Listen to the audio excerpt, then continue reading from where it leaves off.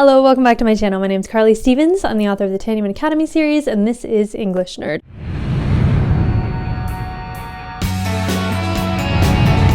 So today I want to talk about tone and mood. Too often we use these terms interchangeably when we're doing literary analysis or something like that, but technically they are different things, and so I wanted to define both of those terms and then give you some quick examples so that you can see exactly how that works.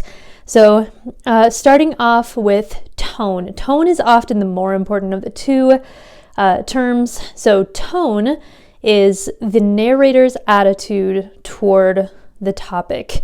Or a way of thinking about it that I think is particularly helpful is tone is kind of like tone of voice. If this were somebody speaking to you, what would be the tone of voice? Would it be an ominous tone? Would it be a lighthearted tone? Would it be a scientific tone? So tone is more about the narrator, or sometimes the writer, if you're not reading fiction.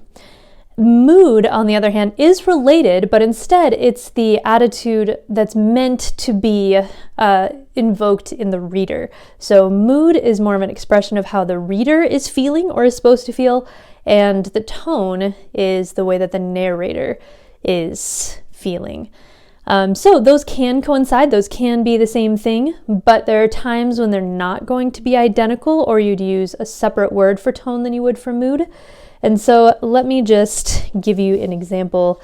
I have three examples here. This is the only one that's not classical literature. Artemis by Andy Weir. It starts off on the first page like this. I bounded over the gray, dusty terrain toward the huge dome of Conrad Bubble. Its airlock, ringed with red lights, stood distressingly far away. It's hard to run with 100 kilograms of gear on, even in lunar gravity, but you'd be amazed how fast you can hustle when your life is on the line.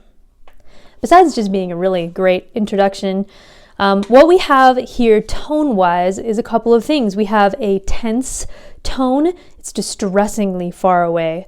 You know, you'll look at word choice very often to determine tone. So we have a tense tone. You also have a fairly scientific tone, with the descriptions being pretty accurate, the exact number of kilograms that this person is wearing. So you could say a couple of things. Like many elements of literary analysis, the way you describe tone is a spectrum of better and worse.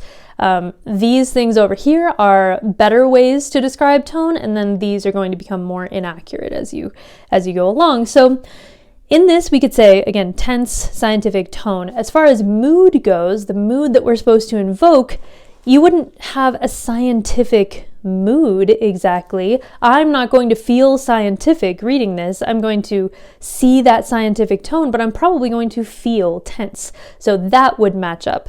It's a tense mood, a tense tone, but just a scientific tone, if that makes sense. So let me give you another example here. This one's from The Adventures of Huckleberry Finn, another really famous opening.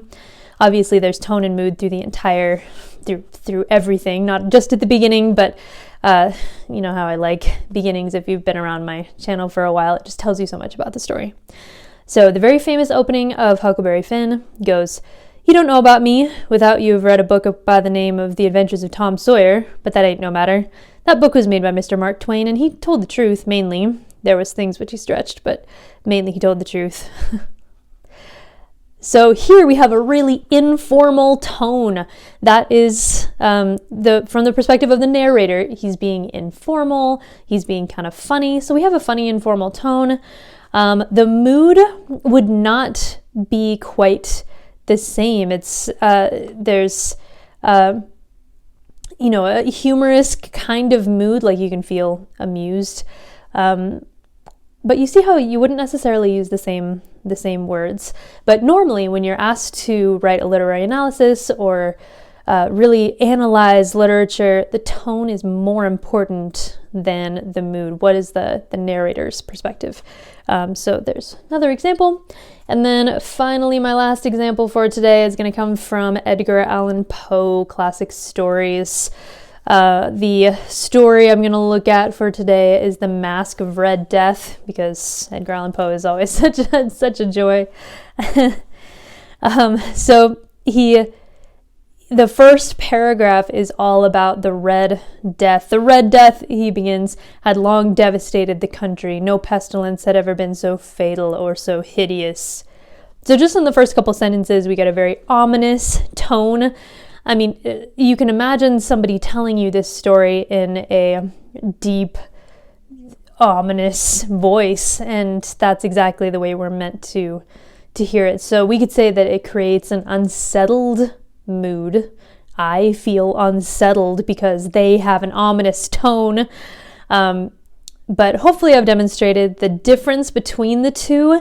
As with many things, again, it's going to be a spectrum, or if you like, between these two terms, a Venn diagram, where sometimes you can use the same word, sometimes there's really no difference between tone and mood, but there are times when it is different. So tone pertains to narrator, mood pertains to audience.